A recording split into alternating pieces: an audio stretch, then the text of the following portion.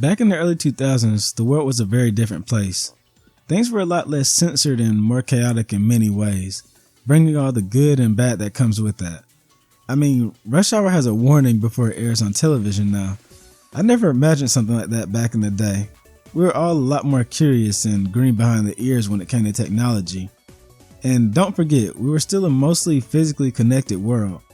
Third spaces were aplenty, and much more than now, people were more open to being approached and interacting with strangers. All this was put to the test when the internet went public and mainstream from the late 90s through 2000s. If you're one of them, you can now glimpse the future with nothing more than a modem, a phone line, and a few dollars a month. Every business, no matter how large and no matter how small, will be on the internet in the year 2000. It's the primary way that people will look up information.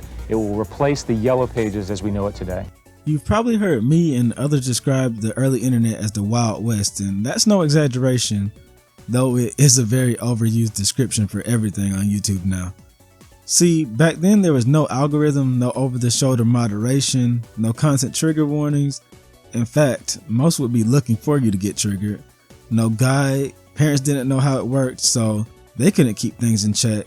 And for the most part, there were no rules. This early digital world was a chaotic jungle full of viruses, bootlegs, which I've done a video on as well, strangers, nightmares, discovery, and honestly fun. But none of us were truly ready for it. I mean, look at how we handle the internet now and how it constantly interferes with our realities. Yet somehow, many of us thrived in this new ecosystem back then, but not without our own fair share of battle scars.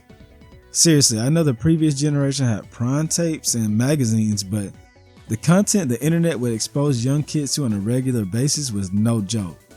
It was edgy and would raise an even edgier generation. But it wasn't just the edge, we were naive and reckless and darn near completely unsupervised. It honestly feels like a social experiment in hindsight, especially as a youngin'. If you were a kid on the net back then, you felt it. In your hard drive, your conscience, your nightmares, your pants, and in your search history. AOL membership gives you more, and it's so easy to get started. You just plug it in. Easy to use email, buddy list, keywords. At America Online, your security and privacy are always protected. Let me take you back in time, 2 decades ago to be exact. A time when Ask Jeeves was the search engine of choice. Before Google came along to free our searches from being limited to like 1/5 of what was actually out there. A time when AOL CDs were in everyone's drawers due to them being carpet bombed into everyone's mailboxes to introduce us to the internet. Back when DSL was the way we connected to the net, and it felt like the wait to connect was worth it, when even 3 seconds of loading feels like hell now. Okay, maybe that's a bit too far back, but this is where our story begins. And throughout this decade, the internet grows into a more immediately accessible and adventurous luxury. It's new, feels lawless, and pretty raw. Any kid who was raised by Newgrounds and early YouTube will tell you that. There are a few core traits that really sum up what this era of the internet felt like. The first, as you probably heard, is that there was less censorship. That's already a dual-sided coin, but what makes it so negative is that absolutely nothing was age-gated. Shock, prawn, and gore sites were all the rage in this era and spread among kids like a funny simile I can't think of right now. And all of it required no age verification beyond possibly clicking a box saying, yes, I'm 18. Listen, a kid will lie about kicking a ball into your car by mistake or buying some V-Bucks. So you know the growing prawn addicts of the time were ready to lie and see some cheeks for the first time. And I won't lie, I was one of them. And this stuff was so easily accessible back in the day, it's funny. You'd find it even if you weren't looking. The second core trait is the tech naivety that we all had. The internet was completely new ground, and no, that's not an intended pun. But no one knew exactly what was in store. A part of the early charm and fun of the 2000s net is that it felt like there was so much to discover with all the good and bad that comes with that. But this also made us more susceptible to viruses, hackers, and the various pop-ups that we never saw before. As the I Love You mess gets cleaned up, there's more cyber chaos spreading in the form of these titles.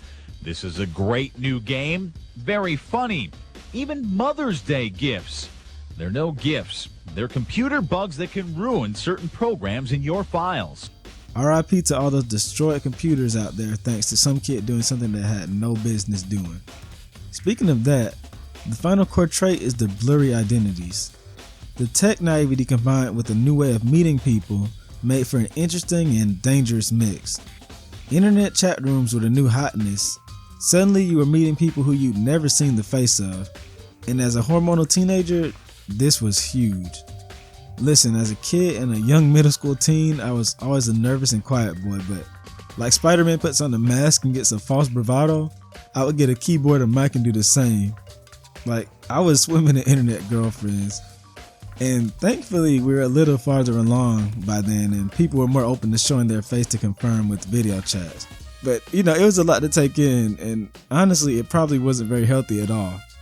But of course, there's a less funny and glamorous and more dangerous side to all this that we'll get to later.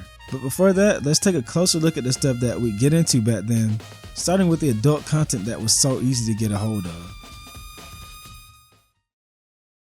Like I said, it didn't take a rocket scientist to find the more lewd side of the internet, and it still doesn't.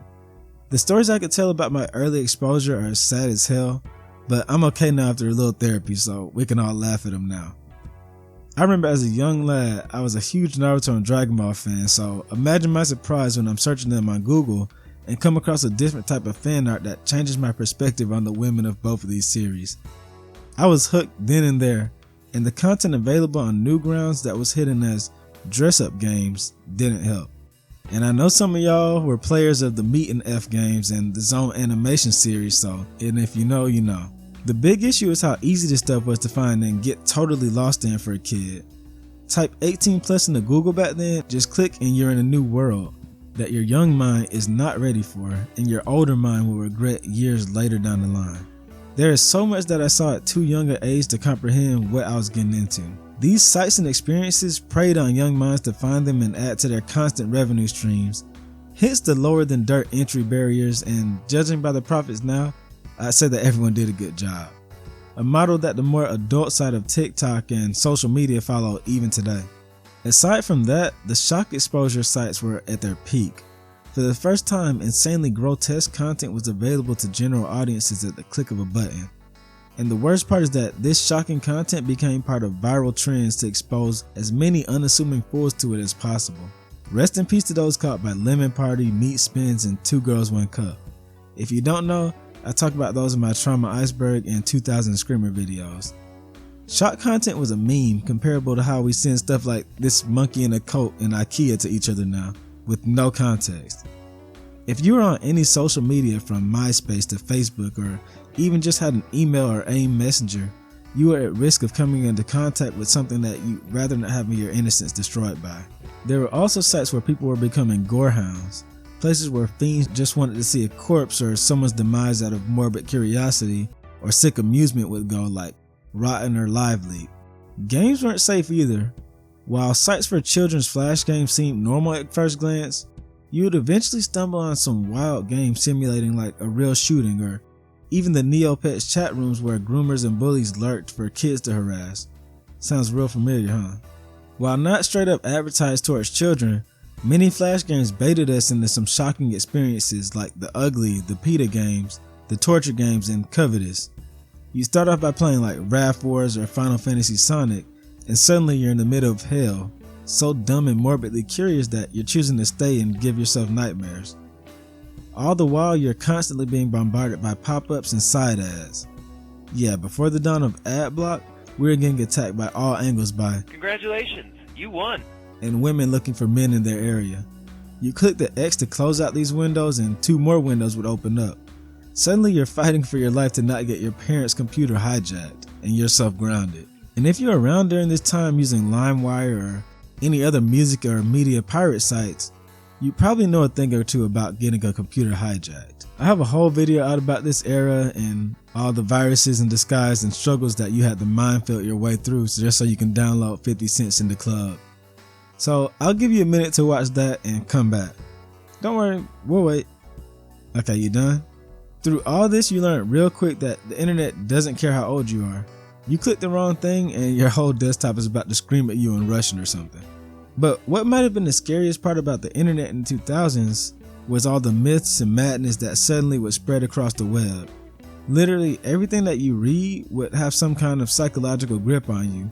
For example, I know a lot of you know the old myth about kidnappers that will hide under a lone woman's car while she's pumping gas so they could cut her ankle and abduct her.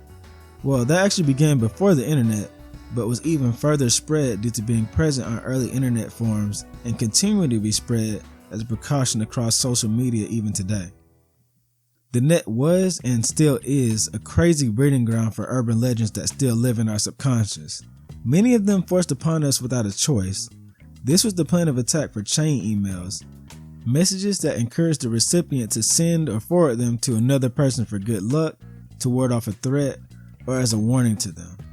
While sometimes these came in the form of harmless pranks like some "send this if you love Jesus" message, other times it would be the scariest thing a kid would ever read.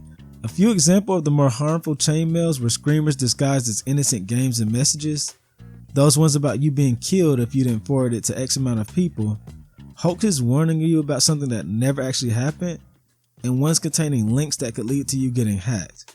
Bro, we were just getting hacked for anything, honestly. They didn't want us to live. And of course, there were creepypastas like the breakout star of the internet genre, Slenderman, which many kids quickly believed for some reason. What probably felt the most alien to us in the early net days were the forums and social media that made their presence known. These places are where early internet cultures were born and eventually led to where we are now. Many image boards and forums built themselves around being lawless, making them homes to super edgelords and a lot of shock content from straight up racism to the typical gore and prime. Honestly, that sounds a lot like modern day X. Wow, how that's so mainstream now when back then it was more of an underground thing. And yes, I do know that there were a lot of normal and just straight up nerdy image boards and forums. Shout out to Shoryuken. Also on the more innocent side of these net cultures, there were sites like MySpace, where all that mattered was finding the glitter code for your profile or the drama that your top 8 chart caused. However, what felt like the darkest side of this new world was the new chat rooms made available to everyone, like AIM Messenger. This AOL developed message service allowed complete strangers to chat instantly through text that would eventually blow up in popularity and become completely free for anyone to use. It allowed for group chats, friends lists, and file sharing between chatters, playing a huge role in what social media and online messaging is now.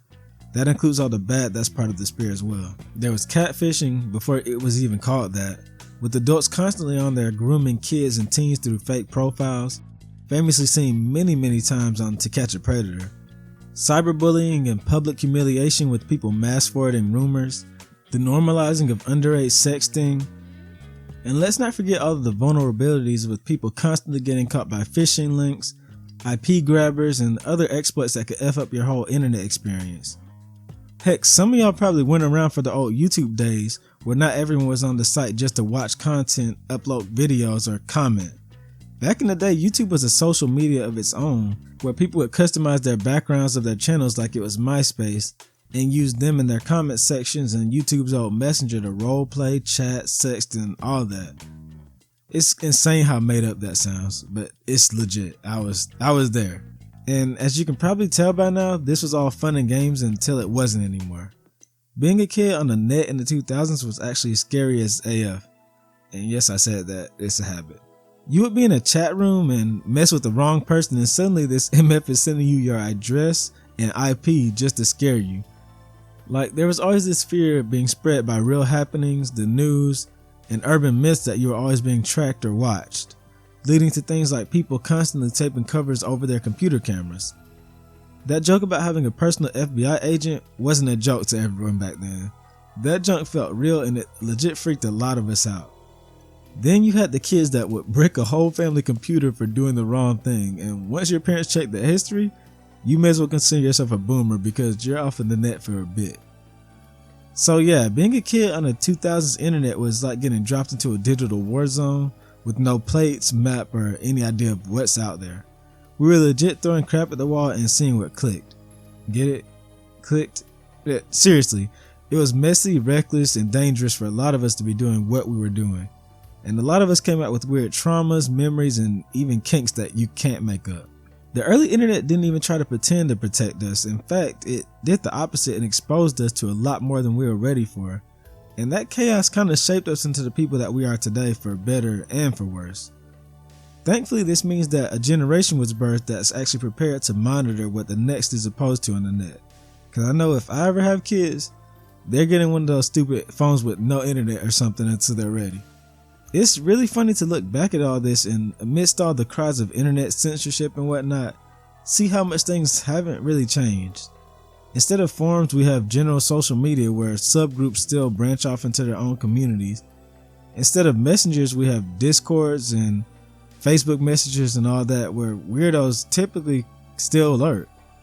And you can still just as easily find about anything you have no business looking up with a quick Google search. Anyways, leave a like and sub if you enjoyed, and comment below some stories about your 2000s internet experiences and anything here that resonated with you. I always love hearing others' tales, and this time is no different. Plus, I think I shared enough with you to feel comfortable with you doing the same. Thank you so much for watching, and I hope to see you in the next video. Take care.